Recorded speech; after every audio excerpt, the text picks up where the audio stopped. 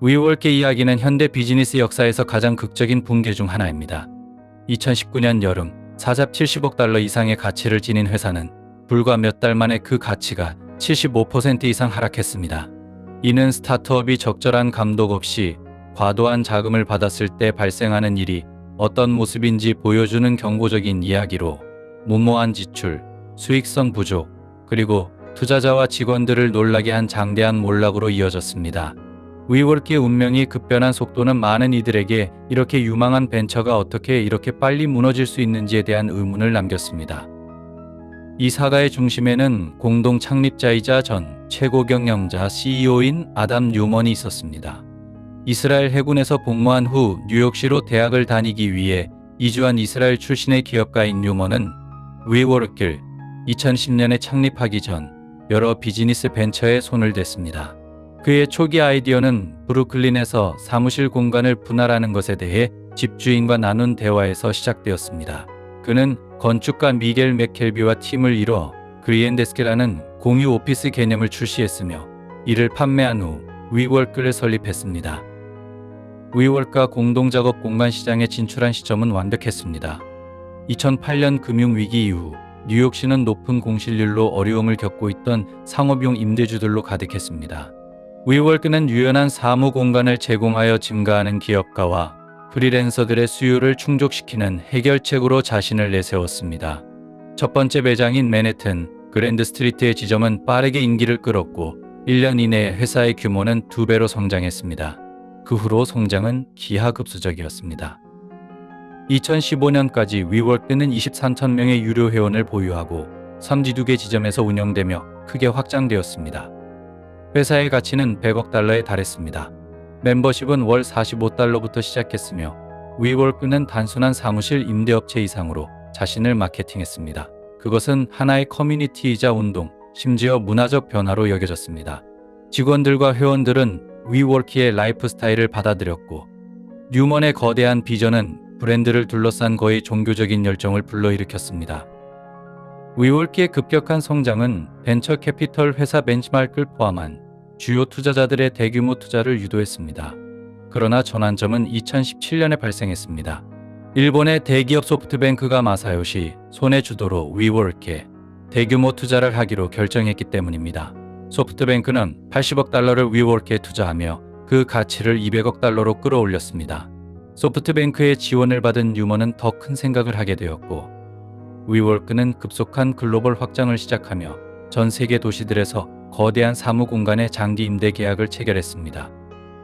2019년까지 소프트뱅크는 위워크에 160억 달러를 추가 투자할 계획을 세웠으며 이는 회사의 지배적인 지분을 확보할 수 있는 기회였으나 그 계획은 20억 달러로 축소되었습니다. 그럼에도 불구하고 회사의 가치는 70억 달러로 다시 2배가 되어 역사상 가장 가치 있는 스타트업 중 하나로 자리 잡았습니다. 에어비앤비, 스페이스와 같은 잘 알려진 대기업들을 넘어서는 가치를 기록했습니다.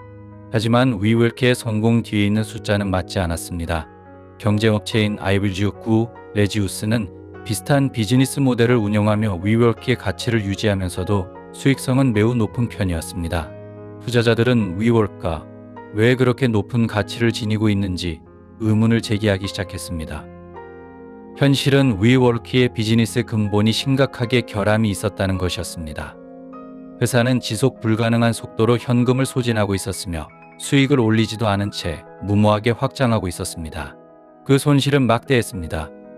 2019년 상반기 동안 회사는 6억 9천만 달러의 손실을 입었습니다. 이전 3년 동안의 총 손실액은 30달러에 달했습니다. 그동안 위워크는 본업과 전혀 관계없는 분야에 돈을 투자했으며 실내 파도풀을 운영하는 회사와 초등학교 같은 비즈니스에 자금을 투입했습니다. 결정적인 타격은 2019년 8월 위워크가 상장 계획을 발표했을 때 왔습니다. 처음으로 투자자들은 회사의 재무 상태를 자세히 살펴볼 수 있었고 그들이 발견한 것은 매우 우려스러운 사항들이었습니다. 많은 경고 신호 중 하나는 아담 뉴먼이 위라는 단어를 개인적으로 상표 등록한 후 이를 다시 500만 달러에 회사에 판매한 사실이었습니다. 이는 기업 거버넌스와 리더십의 신뢰성에 대한 심각한 우려를 불러일으켰습니다. 하룻밤 사이에 투자자들의 신뢰는 사라졌습니다. 초기에는 분석가들이 위워크의 가치는 120억 달러로 떨어질 수 있다고 예측했으며 일부는 100억 달러로까지 하락할 것이라고 추측했습니다. 공개 상장은 9월 17일 무기한 연기되었고 일주일 후 아담 뉴먼은 사임을 강요받았습니다. 이사회에서 그는 자신의 존재가 방해가 됐음을 인정하며 자신에게 투표했습니다. 그의 퇴임 후 회사는 급격한 비용 절감을 위한 조치를 취했으며 6천만 달러 규모의 개인 제트기를 판매하고 초등학교를 폐쇄하며 수천 명의 직원을 해고할 계획을 발표했습니다. 하지만 회사는 곧 더 깊은 위기에 처하게 되었습니다. 위워크는 다음 달까지 현금이 바닥날 수 있다는 보도가 나왔습니다. 상황은 너무 심각해서 해고된 수천 명의 직원에게 퇴직금을 지급할 여유조차 없었습니다. 그동안 새로 임명된 공동 최고 경영자 CEO인 세바스찬 굿닝햄과 아티민스는 자신들을 위한 수백만 달러 규모의 퇴직금 계약을 체결하며 분노를 더욱 키웠습니다. 결국 위워크의 최대 투자자인 소프트뱅크가 95억 달러 규모의 구제 금융을 제공하면서 위워크는 겨우 구제되었습니다. 한때 470억 달러의 가치를 자랑하던 회사는 이제 80억 달러 이하로 평가되었습니다. 위워크의 몰락은 직원들을 실망시키고 투자자들은 큰 피해를 입었으며 기술 산업을 흔들어 놓았습니다. 많은 전직 직원들은 자신들이 혁명적인 운동의 일부라고 믿었으나 실제로는 빠르게 성장한 회사가 규율과 지속 가능성 없이 지나치게 확장된 희생자들이었다는 것을 깨달았습니다. 위워크의 대참사는 스타트업 세계의 경각심을 불러일으켰습니다. 이는 통제되지 않은 야망, 과도한 자금 지원, 감독 부족의 위험을 강조했습니다. 어떤 대가를 치르더라도 빠르게 성장한다는 생각은 결국 한계를 맞이한 것입니다. 투자자들은 더 신중해졌고 평가에 의문을 제기하며 더 강력한 비즈니스 기본 원칙을 요구하기 시작했습니다. 더 이상 비전이 있지만 수익성은 명확하지 않은 회사에 수십억 달러를 투자하는 시대는 끝날 것 같았습니다. 위워크의 이야기는 비즈니스 역사에서 유일한 사례는 아닙니다. 갑자기 무너진 지배적인 회사들이 있었고 그 자리를 더 잘 관리된 경쟁자가 차지한 경우도 많았습니다. 전자상거래 초기 시절 이베이는 아마존보다 10배 더 큰 기업이었지만 오늘날 아마존은 이베이보다 50배 더 큰 회사입니다. 마이스페이스는 한때 선도적인 소셜 네트워크였지만 페이스북에 의해 완전히 대체되었습니다. 이런 변화는 어느 산업에서든 일어날 수 있으며 위워크의 경우는 최초의 진입자가 반드시 승리하지 않는다는 교과서적인 예시였습니다. 돌이켜보면 위워크는 예외적이면서도 규제되지 않은 야망과 무한한 자본으로 정의된 시대의 완벽한 상징이었습니다. 사람들의 일하는 방식을 바꾸려는 약속은 매력적이었지만 실행은 깊은 결함이 있었습니다. 이제 상황이 정리되면서 하나의 질문이 남습니다.